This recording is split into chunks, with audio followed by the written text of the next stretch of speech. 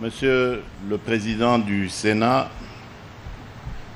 Monsieur le Premier Vice-président de l'Assemblée nationale, Mesdames et Messieurs les membres du gouvernement, Madame et Messieurs les gouverneurs de province,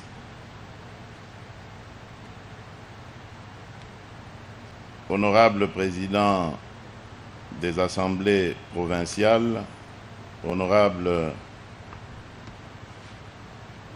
députés provinciaux, distingués participants, Mesdames et Messieurs.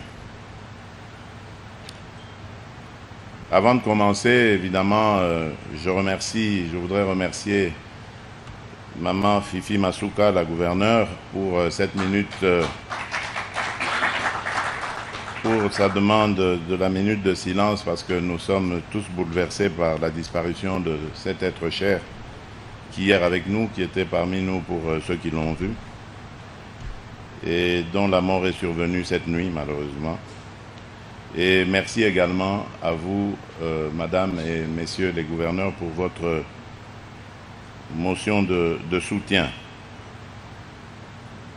Je suis honoré de présider ce jour l'ouverture de la 11e session de la conférence des gouverneurs de province, ici à Kalemi, chef-lieu de la province du Tanganyika, conformément aux dispositions de l'article 200 de notre Constitution et des articles 2, 7 et 10 de la loi organique numéro 08/015 du 7 octobre 2008, portant modalités d'organisation et de fonctionnement de la conférence des gouverneurs de province.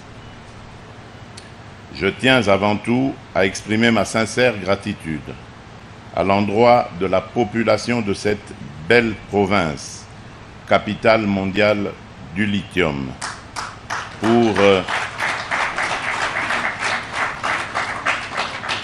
pour leur accueil combien chaleureux qu'elle m'a réservé. La conférence des gouverneurs de province a pour mission constitutionnelle et légale de formuler des avis et des recommandations sur les politiques à adopter et la législation à élaborer au niveau national.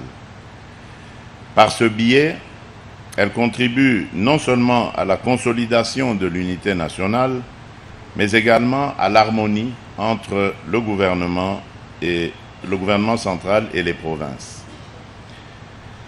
Elle assure ainsi une compréhension mutuelle des politiques publiques, tant au niveau national qu'au niveau de chaque province.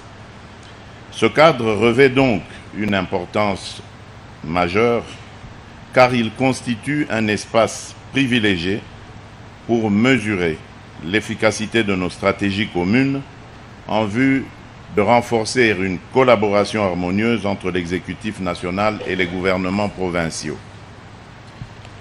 Il nous offre l'opportunité de nous réunir, de réfléchir ensemble et de proposer des solutions concrètes face aux défis qui entravent le développement harmonieux de nos provinces.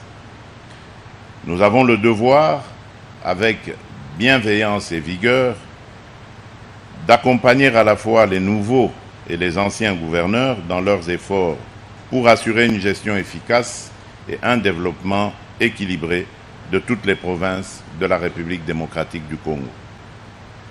Le thème de cette 11e session, intitulé « Renforcer la gouvernance des provinces pour assurer la cohésion communautaire, facteur clé de la réussite du programme de développement des 145 territoires », souligne ainsi l'importance d'une gouvernance provinciale inclusive et responsable pour garantir la cohésion sociale et le développement de nos territoires. À ce titre, il nous revient à tous, en tant qu'acteurs engagés, de faire preuve de détermination et de collaboration pour accélérer la mise en œuvre des initiatives prévues dans le cadre du PDL 145 territoires. Je considère ce programme comme une opportunité singulière de transformer la réalité socio-économique de l'arrière-pays en apportant des solutions durables et adaptées aux besoins des populations locales. Madame et Messieurs les gouverneurs de province, distingués participants, Mesdames et Messieurs, la question du développement de nos provinces est intrinsèquement liée à celle de la gouvernance. Chaque gouverneur doit véritablement s'engager à instaurer des pratiques qui privilégient la transparence, l'efficacité et le respect.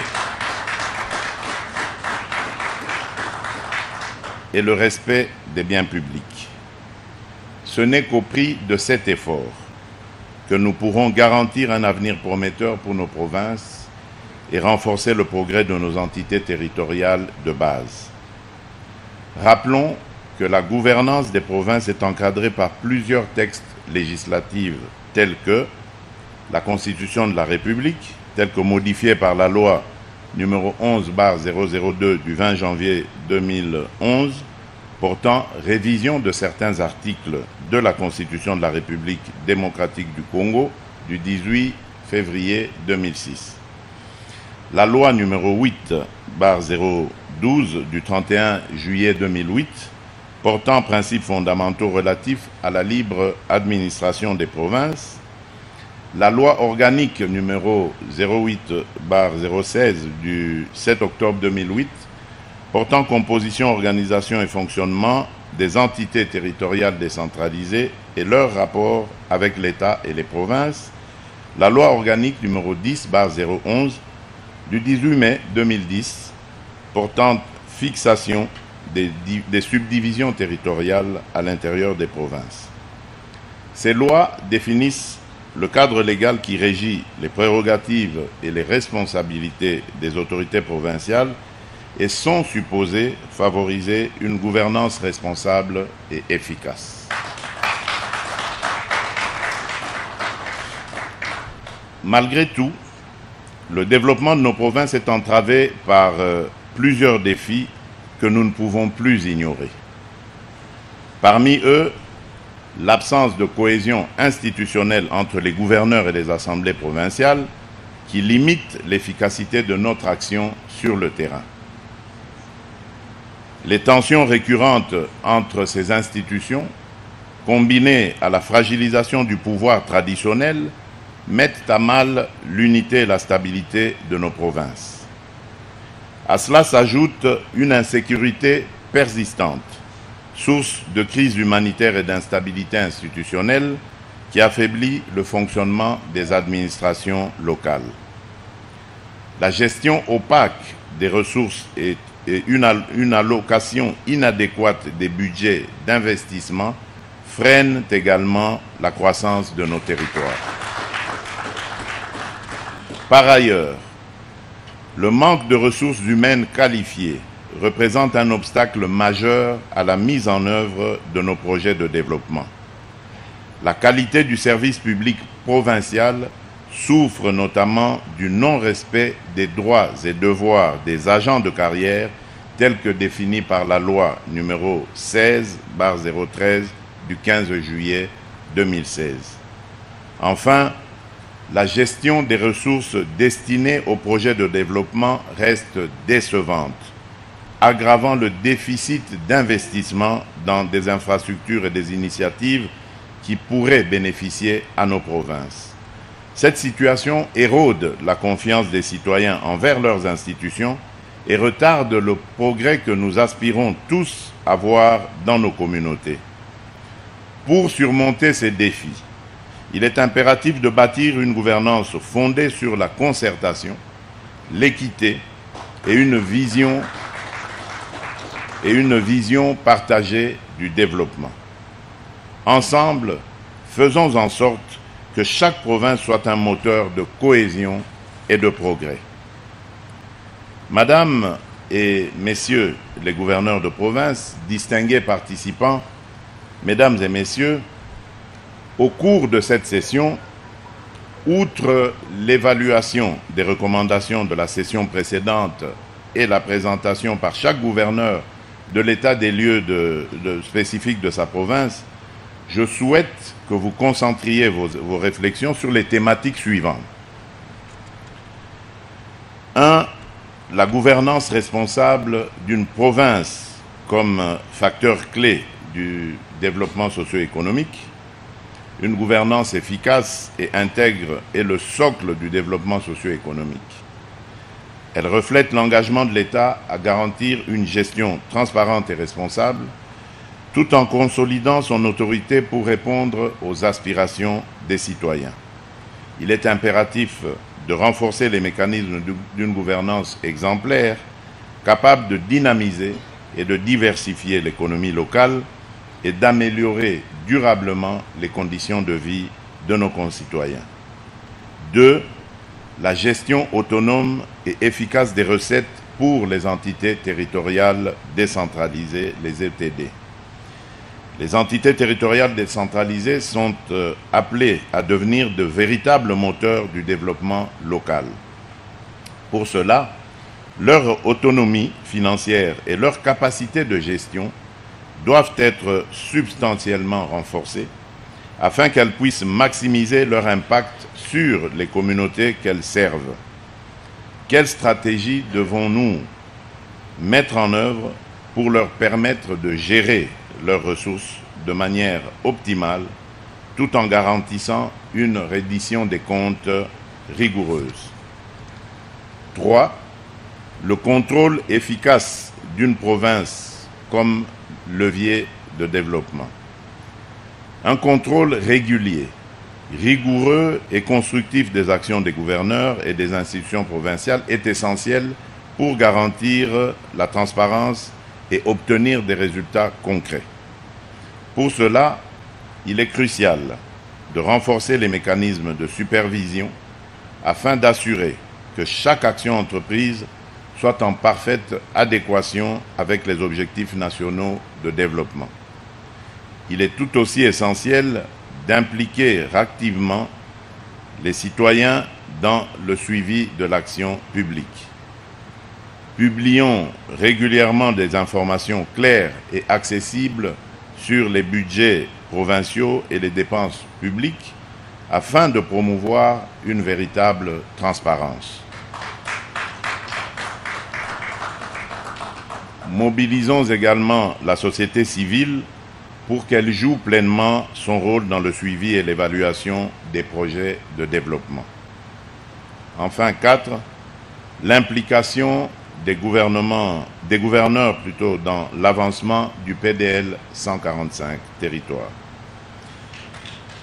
En tant que représentant de l'État, vous êtes comptable des progrès réalisés dans vos provinces. Votre engagement dans le programme de développement des 145 territoires, en particulier dans sa deuxième phase qui se concentre sur la réhabilitation des routes de desserte agricole, doit être total et sans équivoque.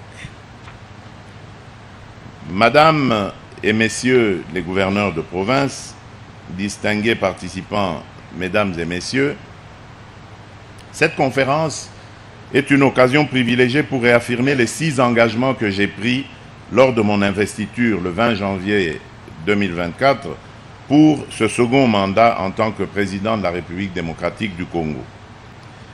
Ces engagements constituent le socle de notre marche commune vers une République démocratique du Congo plus stable, inclusive et dynamique. Ils s'articulent autour de 6 priorités essentielles, à savoir la création de plus d'emplois, la protection et la stabilisation du pouvoir d'achat, la sécurisation du territoire national, la diversification de l'économie, la garantie de l'accès aux services sociaux de base et le renforcement de l'efficacité de l'administration. Ces engagements sont étroitement liés aux thématiques que nous abordons dans cette conférence. Ils sont la pierre angulaire sur laquelle nous devons bâtir l'avenir de notre nation. Pour leur réalisation, votre rôle est capital. Vous, les gouverneurs et responsables provinciaux, être les piliers sur lesquels repose la mise en œuvre de nos politiques de développement.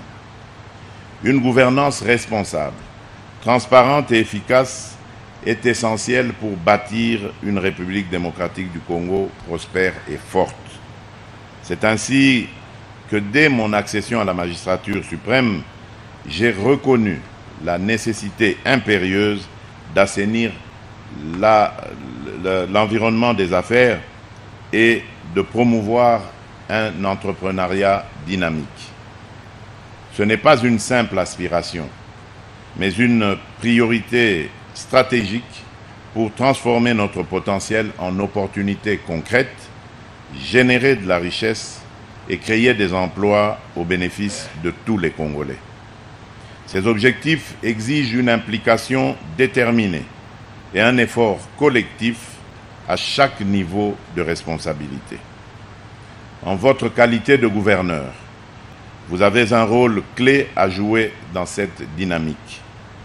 Vous devez veiller à la mise en œuvre effective des réformes nationales sur le climat des affaires dans vos provinces, en parfaite adéquation avec vos réalités locales, afin que chaque citoyen et opérateur économique en ressente les effets concrets.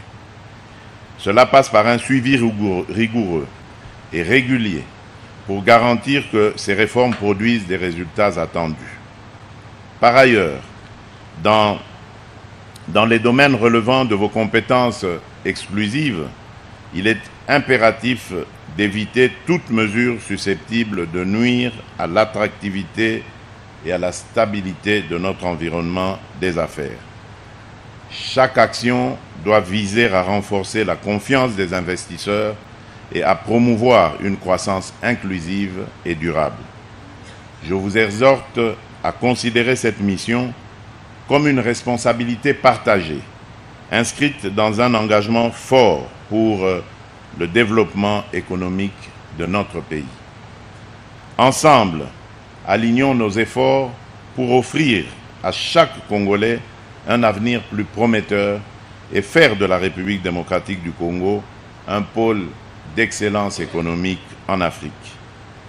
Enfin, dans le cadre des évaluations périodiques qui serviront désormais de référence à votre gestion, je vous invite à explorer la possibilité d'impliquer davantage l'expertise de l'Inspection générale de la territoriale, l'IGTER, pour réaliser des audits. Cela permettra d'améliorer la gouvernance territoriale et de favoriser le développement à la base.